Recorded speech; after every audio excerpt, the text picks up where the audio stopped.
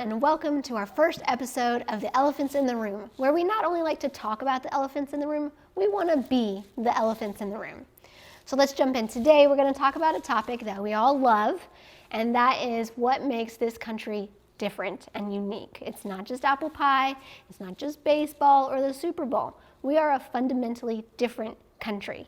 So, girls, what do you think? I want to start off with something a little more like surfacey about, like you said, it's not just apple pie or whatever, but I think some of those little nuances are the things that are really great about American culture, like, you know, the Super Bowl and baseball and the American musical and jazz and a bunch of different things that really make our country something really unique. Not to mention all the wonderful inventions and contributions that we've had as a country. I mean, peanut butter.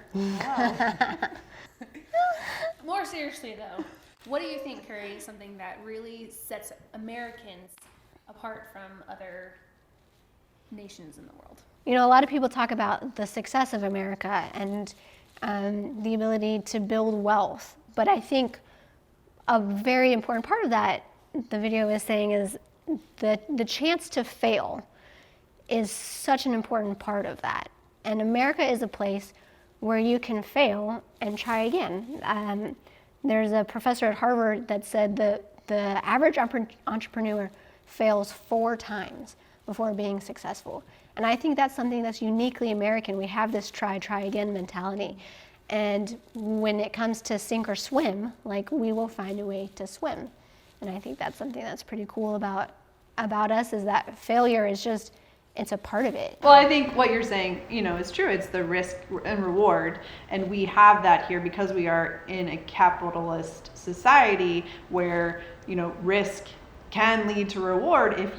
If you are creating something that the market is interested in, that the market likes, then you will reap the benefit of, you know, taking the leap of starting your own business or starting a new product or, you know, developing, you know, some invention or something that can be, you know, reproduced and sold, and the market will tell you yes or no as to whether or not it likes what you've done. And if it says no, then you can try again, like you're saying, but the reward is there because we are in capitalism where, you know, you are going to be getting that financial reward, but not only the financial reward, the reward of, you know, I did it, you know, my 2-year-old says, I did it. Yeah. And there is something, you know, very unique about being able to have ownership and to participate in the great American story and the American dream, and to be able to, you know, kind of give your talents and your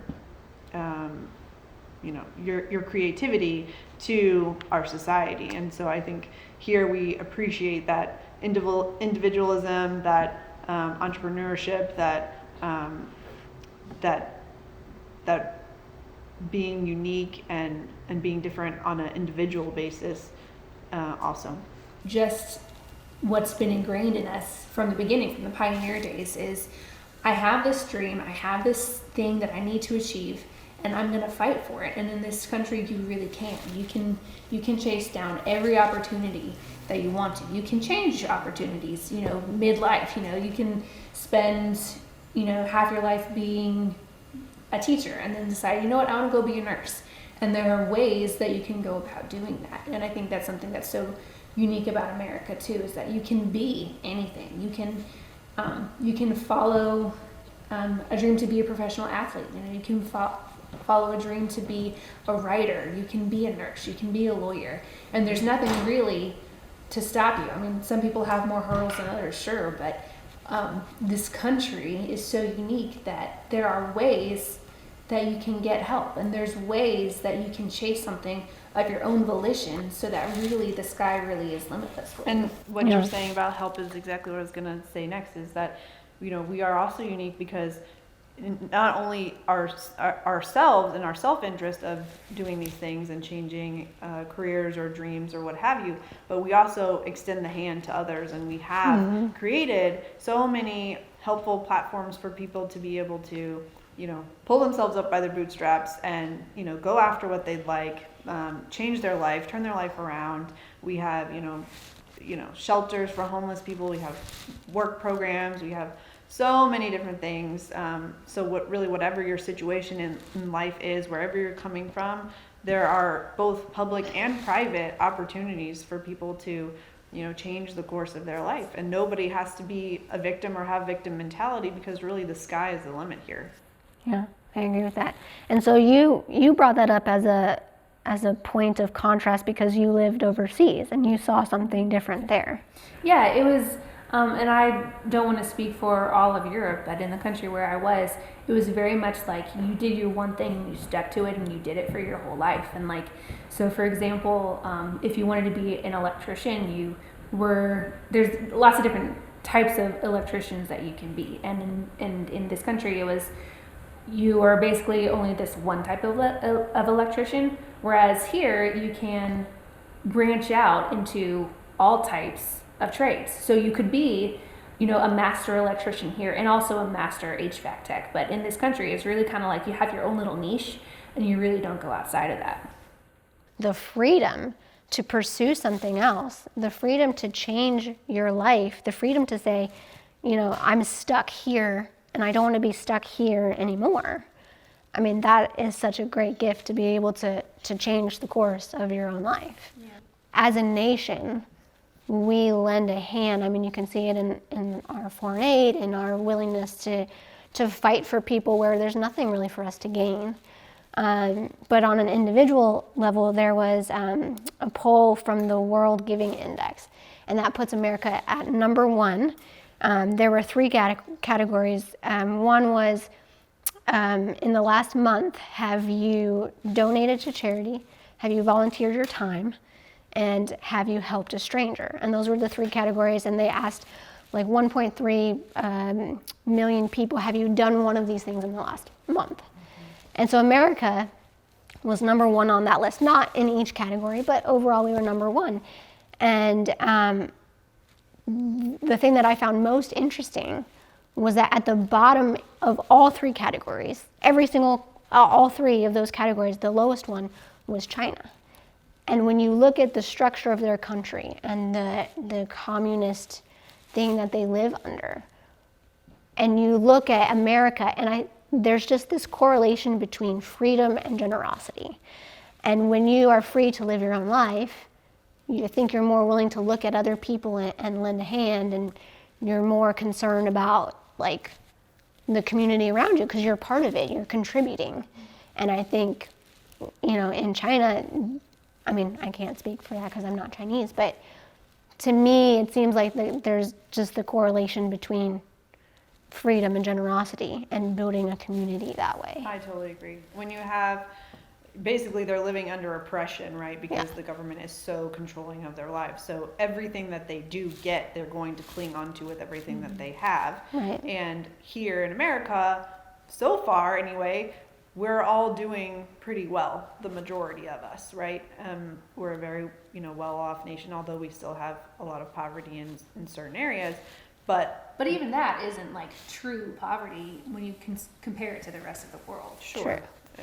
Sure. But I guess what I was going to say is that, we feel that we are in a place of being able to give back. Once we're able to take care of ourselves, like you said, we have that freedom to pursue careers and whatever changes that we need to make in our own lives. And once we get to that point of, okay, I'm good, now it's like, who can I help, And so that focus can go away from yourself. It's kind of like in an airplane when the I was mask just thinking comes that, down, yeah. and they always say put your own mask on first, and then help the other people. And it's that kind of thing, I think, for us as Americans too. Like, it's like, okay, I'm good, now who can I help? And I think that's kind of goes to your point. Yeah. The American experience of coming up or building something for yourself. Our father was an entrepreneur and he built his business out of practically nothing. And so to be able to say, I came from nothing, I've built up, now I can give back to those people, who are around me. I can see need, and I remember being there. and I had a hand that helped me, or whatever it is. And so now that you're in a position, like you were saying, now that you were there and now you're here and now you can help. And I think that impacts not only the giver, but also the entire community as a whole, because now you have a mentality of somebody helped me, I can help someone else. And it really gets encapsulated into everything about that society, not just like me personally, but you become a giving society. And I think like that's the kind of culture we want to live in, right, as human beings. And I think like that's what we want to cultivate, and that's why it's such a blessing to live in a place like this versus somewhere like China, where you're just like trying to get by and just doing what the government allows you to do. And I think that's it's a much sadder place to live like that. So Alexis de Tocqueville came here in the 1800s, and he was a French diplomat, and he wanted to find out about our penal system, but he was really touring the eastern part of the United States with a friend, and then he wrote down his thoughts in his work, Democracy in America. And what he found was that there are really 5 keys that I guess make America unique. One is liberty, obviously, so the ability to take action to pursue your own happiness. Egalitarianism, meaning, the way that we treat everyone in a fair way. Also laissez-faire, so government having less of a hands-on approach, being more, kind of laid back. Now, this is not the way things are as much now, but back then, big government was not big back then. And then he also talked about populism, so the people being involved in this government that we formed, which was we the people, for the people, by the people. So the populism aspect. And then the last one was individualism. So going into what we've been saying about having that individualism, that creativity, that risk and reward mentality. And so those were the things that he noticed. And I happen to agree that all of those things are very much American. And the whole founding, the whole idea of America is just unique in itself, because there was never a government like this before. This was a combination of democracy, which is, the people's will, the majority rule idea, combined with that, Roman republic system of justice, where you're talking about representatives representing the people, even though it's still for the people, a government for the people, it's being, by representatives. So combined, we have this really unique system, which, I think tries really hard at being fair and just and treating everyone equally. And I think he noticed that too while he was here in America. But I think also what really set this country apart from the very beginning was just that it was founded on religious principles. So it came out of, declaring independence, leaving another nation, but also just making sure that it was going to be founded on Christian principles, on things, equality, justice, God's given dignity of every person. And that's ingrained into every part of, the early documentation and the early founding of our country. And I think that's, I don't think there's any other country really that had such a religious, biblical Christian perspective while being founded. But I think the culture now really wants to diminish that and say, they were slave owners, they weren't really Christian or whatever. But the Christianity and the moral structure of this country is really essential to it working. Without that piece, like you were saying with the democracy and the everyone's equal, well, then like you said, greed pops in and envy and shame and all these things where you're just trying to be successful or whatever. And you can see pretty quickly that that's going to snowball out of control. So you really need that moral aspect, like you were saying, Grounding to temper that. Yeah. For sure. Yeah. And I just think of the time they said, well, what kind of government have you given us? A republic if you can keep it. Because they knew that a republic needed to have some sort of moral compass, moral basis to it, because human nature, they understood that human nature is inherently selfish. And that works to our advantage in capitalism, because if you give people the freedom to succeed, they're going to work hard to succeed for their own selves. But you need that in combination with, having that moral compass, that, belief that you are subject to God and a higher authority above yourself, to make you generous, to make you, okay, I'm going to submit to the law and authority, and I'm going to obey the law because the Bible tells me to. And, and on we could go with it. But the Judeo-Christian principles were in the founding, and there is so much going on right now in our country to, like you said, push back on that and say, no, they were deists. No, some of them were atheists. Whatever. The point is that they were able to come together out of nothing and agree upon this very complex system of government, write a constitution, write a Declaration of Independence, go to war as 13 separated colonies, and come out of it a united country. That is incredible, in and of itself. And the fact that they were able to do that, I think, speaks to the fact that they were grounded in something bigger than themselves and higher than themselves, and it gave them that ideology. That ideology was, with them as a group to come together and make this new form of government. And it's so evident to me, and you guys as Christians too, like, that God's hand was in all of that. And so I think he definitely used the deist or the atheist or whoever, to come together and make this nation. And I think that was part of God's sovereign plan, because as a nation, we've been able to do so much in this world, there's been so much that we've contributed to the world. And we are that light on a hill, and, the only hope really for the rest of the world. They all look to us as a nation. They all want to come here. They all want what we have. And I think that speaks to how well we were founded, and I also think that speaks to God's sovereign, plan.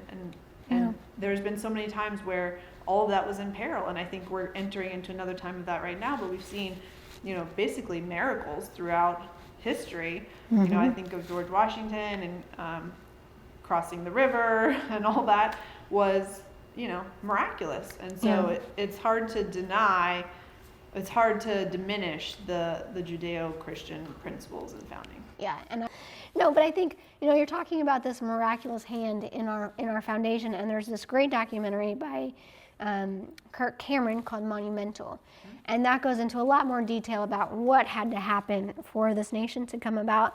And I think it's just so obvious that, like, God, a sovereign, holy, wonderful being, made this way for us. And that's not to say that Americans have more value than anybody else or anything like that, but, like, this is a special place. And I think we as Christians love this country, and we love the beginnings, and we love the history, and we love the pioneers that charged west, knowing that, like, 80% of them were going to die on the way, and the people that wanted to get to space first, and people who were willing to fight so they could be free. And I think that's our legacy, and that's our history, and that's a beautiful thing. At a time when it's trendy to trash talk this country, we wanted to remind ourselves that this is a place worth celebrating. We are a country that is rooted in faith, in optimism, and hope for the future. We thank you guys for watching us today, and we hope to see you again for another episode of The Elephants in the Room.